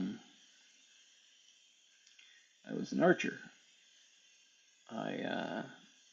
Which as a poor kid, that was just the weirdest thing ever, because my dad happened to have a compound bow that he had gotten somewhere, and gave it to me for my birthday. And so I was out back. I was just practicing how to shoot, because I was pretty good, you know. Not to toot my own horn, but I was pretty damn good at the shootings. Um, and so I'd set up this sort of this bullseye on the tree. I'm pretty sure to this day there's an arrow that is buried like 4 inches into that tree, because the compound bow that I had was really really strong. It had like a 50% reduction pullback rate or something like that. I don't. At any rate, it was very very very effective. And so as a result, um, I um, I was up there, and I was practice shooting, you know, trying to figure it all out, you know, like learning, what I was doing, getting ready for, certain things that were going to be happening with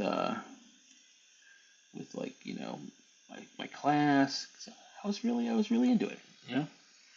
Um, and there was a groundhog that popped up on the hill above the target that I was doing, and it was probably a good 2 or 3 times further away than the target was. And so I, in my hubris, said, "Oh, I can hit that." And so I fired, and I did. And I pinned this poor animal's head to the ground. And I got up there; it was still alive, and I had to put it out of its misery because it was dying. It was going to die, and it was just in pain. Um, and that was that was step one in me becoming a pacifist. Was that step two came pretty close after that. Um, when I resisted a violent episode from my dad, and I could have hurt him very badly, and I'm just glad that I didn't. You can imagine, like just it's hard, you know, to deal with that kind of thing. Nope, I don't like that. I just don't like it. No, sir, I don't like it. So if you ever watched Ren and Stimpy, I would have to say that that is my favorite line in all of Ren and Stimpy is the horse saying, "No, sir, I don't like it." So it was twofold. Back in the day, there was a um, Life cereal. I believe it was Life cereal, and there was the kid Mikey, and everybody was like, "I don't know if I'm gonna like this. I don't know. Let's give it to Mikey. Mikey will eat anything." And Mikey, loved it, and so the kids were convinced that maybe they could eat it too. Now, that was what it was based on, because the horse was always eating like something disgusting, like kitty litter or something. I have no idea. Um, and so the horse would disagree with it, though. The horse would be like, "No, sir, I don't like it." Now, the reason why I think this is very clever is that there's a kid's toy which has the old McDonald stuff. And when you get to the horse, what does the horse say? The horse says nay or no. And so Ren and Stimpy was literally just expounding upon that in an absurdist sort of way, that the horse says no, the horse says nay, and instead it's like, "No, sir, I don't like it." Like it was just clever and unexplained, and nobody ever expected that to be the case. And so yeah, it was fun. I don't know. I don't know. I liked it. That's what I'm trying to say. Do do do. Ba ba ba ba ba. Ah, yes. So, at any rate, so I think we're getting to the point where this is almost done. I do need to come in here and do this guy and some of these other little bits over here. These are clearly having issues, and I keep on hitting the back button.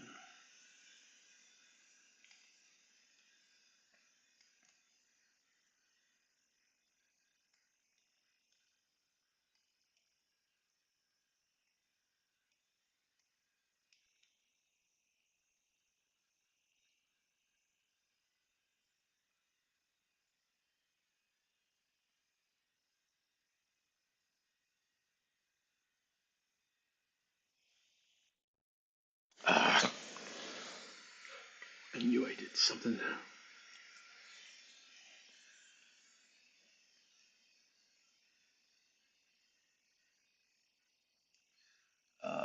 this.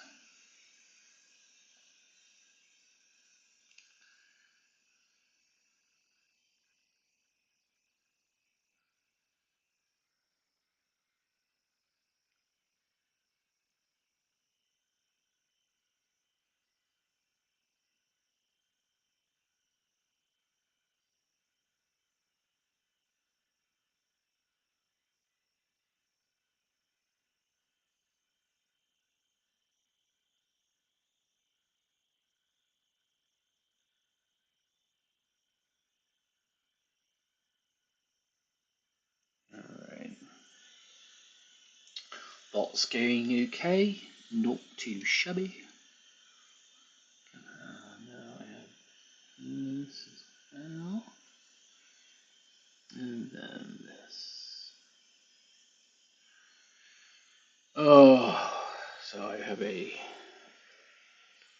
not even a roommate, like just a person who was living here um, uh, with my actual roommate, and it was like a partner, and they have had a kerfuffle with one another, but the practical upshot of all this is that I get to deal with it, and that's not fun at all. And so I am just trying to get this person to be not here, and there's a sort of a combative nature that kind of goes along with it, and this idea that like somehow I've just got to deal with the fact that it's not happening at all fast, you know. But she was given a deadline, so now there's a deadline, and I don't really, again, have anything to do with it. That is between the two of them. I'm just abiding by the deadline that my roommate had put down in place for this transaction to be taken care of. No, that's not what I want. It is not going to be good.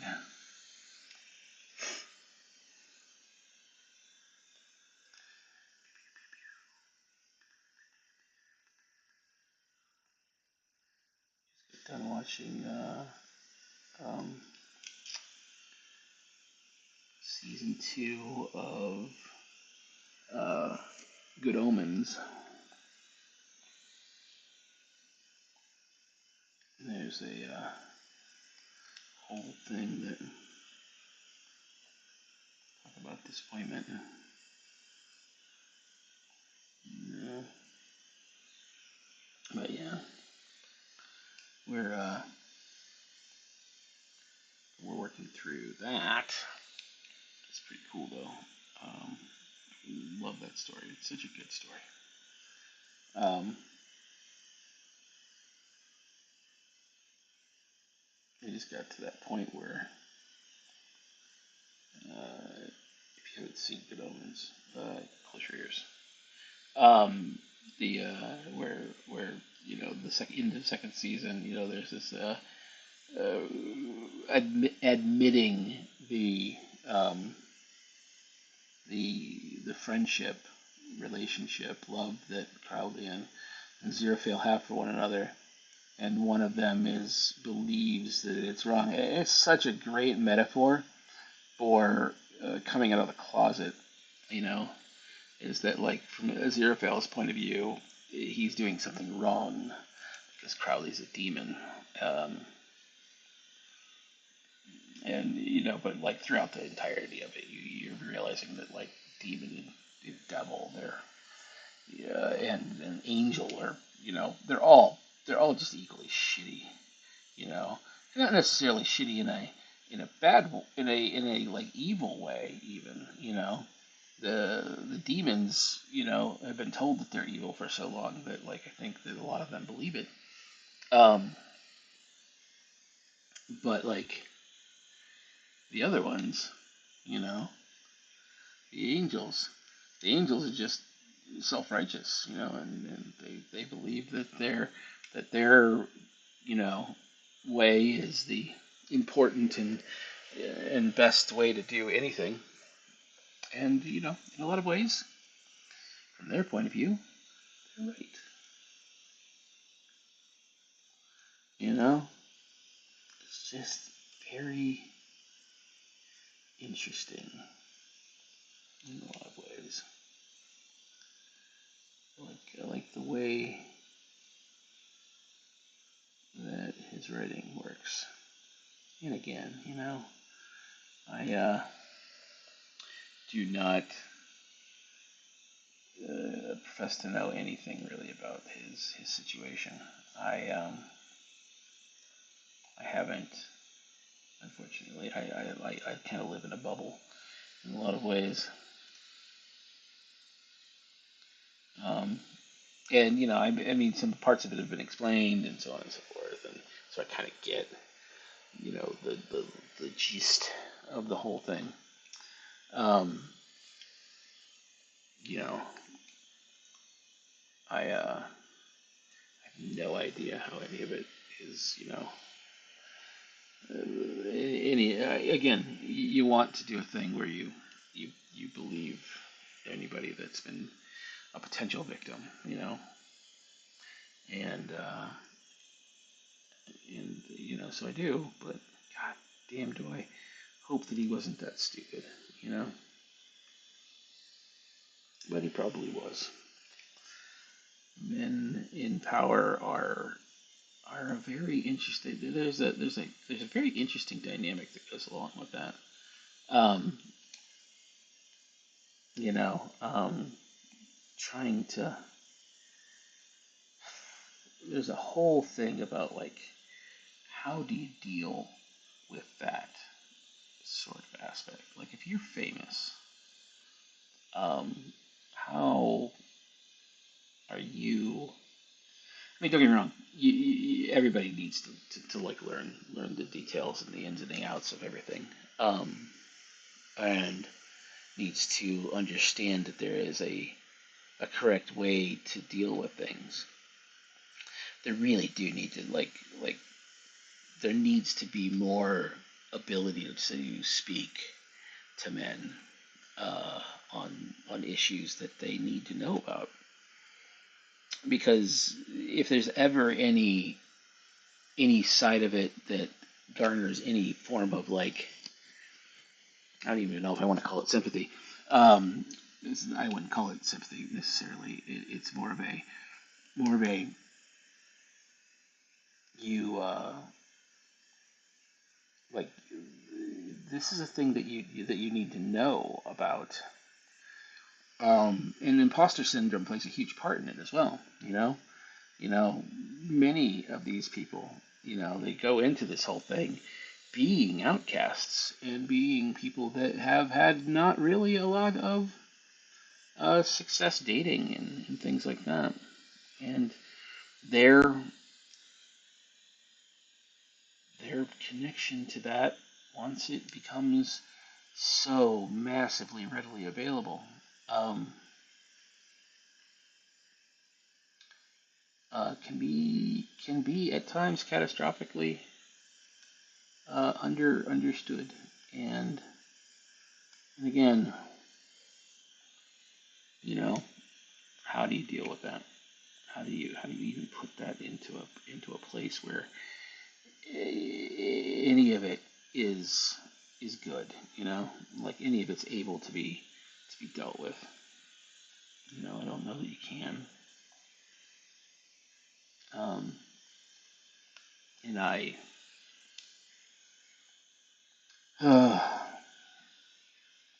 I mean, it's been going on forever, and it's just that we're now beginning to address it, and again, good. It needs to be addressed, you know. And yeah, there's a certain level of like, the need to to punish the malicious members of that sort of thing, you know. I mean, you listen to '80s songs, and Jesus Christ, the lyrics of an '80s song is not ideal, on any level whatsoever. Um, like I just, like just the sheer amount, uh, Yeah, yes, I am, but you can call me. Hold on, guys. I'm gonna go silent for a moment. I'm going to talk to my partner before she goes to bed. So I'll be right back. And video off and audio.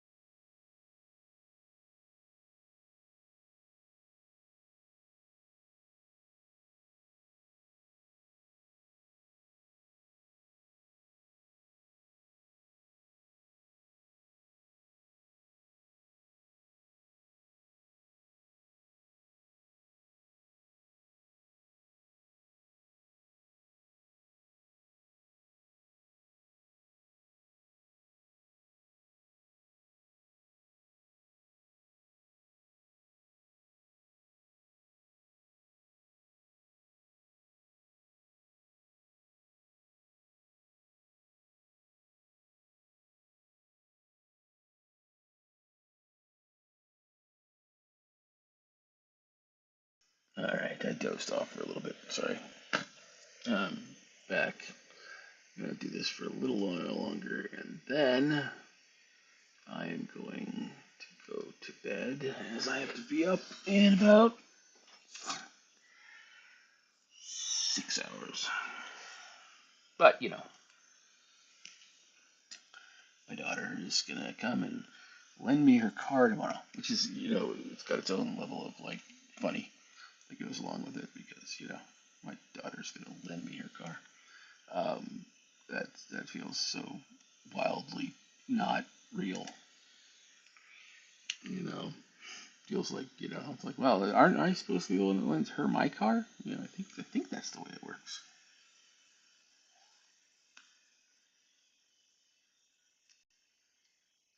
Yeah, but yeah.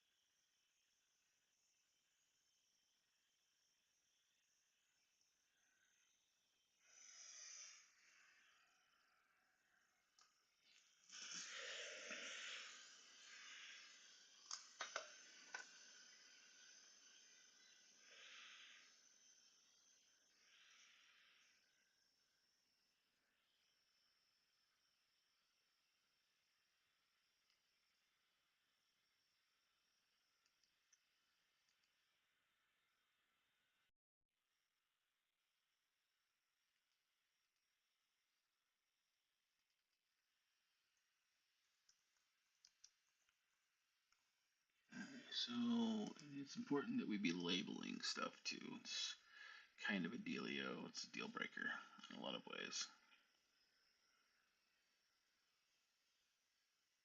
Like you do, like you do, like you do.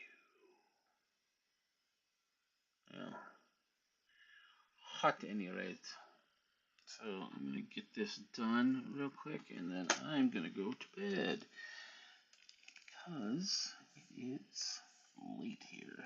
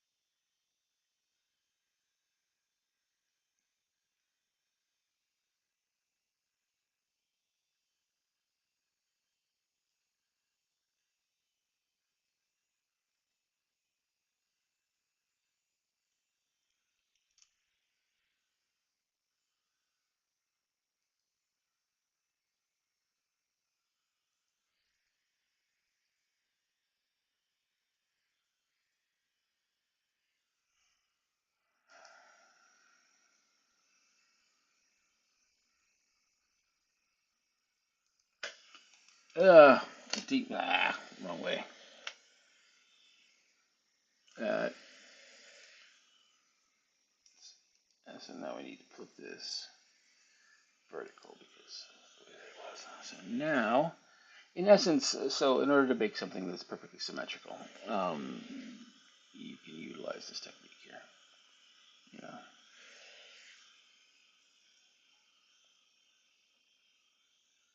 And so I've got that now. I'm going to take these two pieces, put them together, and then merge these layers together. Okay. So now this little dealio is going to be one of the first layers that is, um, yeah, it's going to be duplicated, and so this is going to be a strut hinge, and now I'm going to duplicate that strut hinge.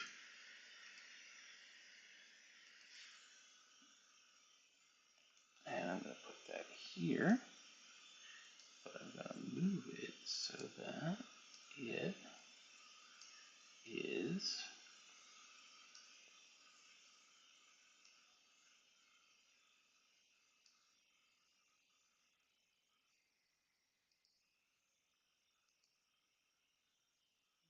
right.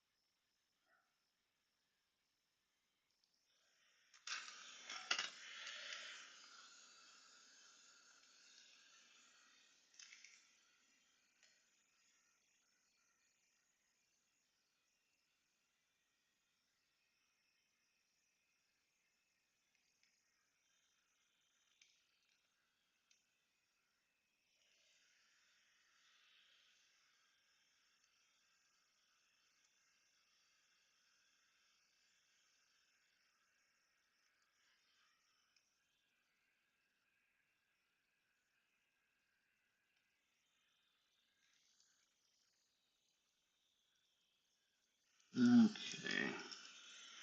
So that's how that's going to lay out, I think. And let's go ahead and save this. Incidentally, you probably should be saving it a hell of a lot more than I'm saving it. Because, I'm terrible about these things. But, and I have paid the price on many occasions for that. So, at any rate, this is where we're at. Here's a good example. Oh, did I somehow go backwards and get rid of the thing? What's going on there? Hold on. Let me do this.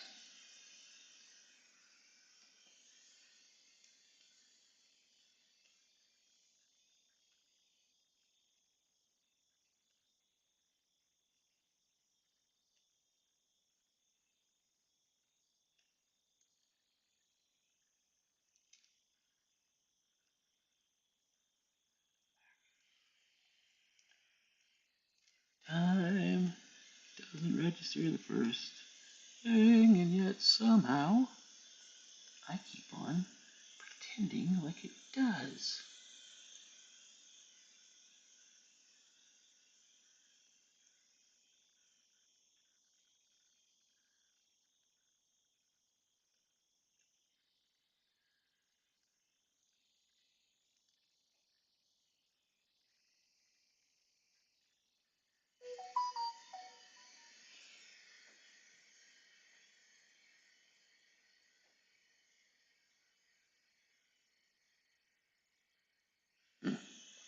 Alrighty, so this being what it is, maybe now I go in here, I take the struts, strut hinges, and put them into their own strut hinge.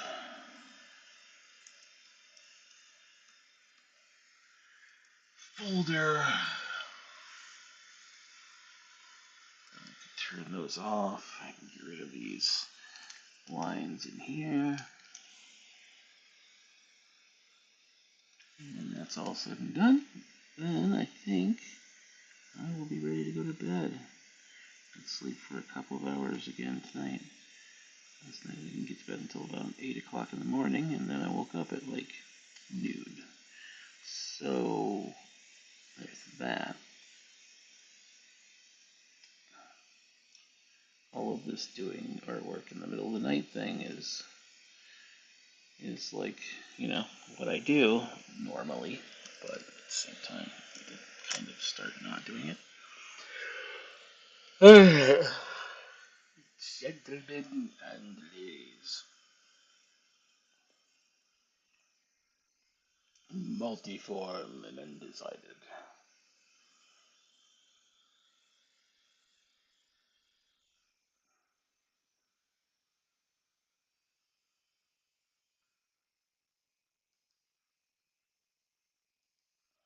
Again, it's done. Mynoch is there. I close the thing. Alright, guys.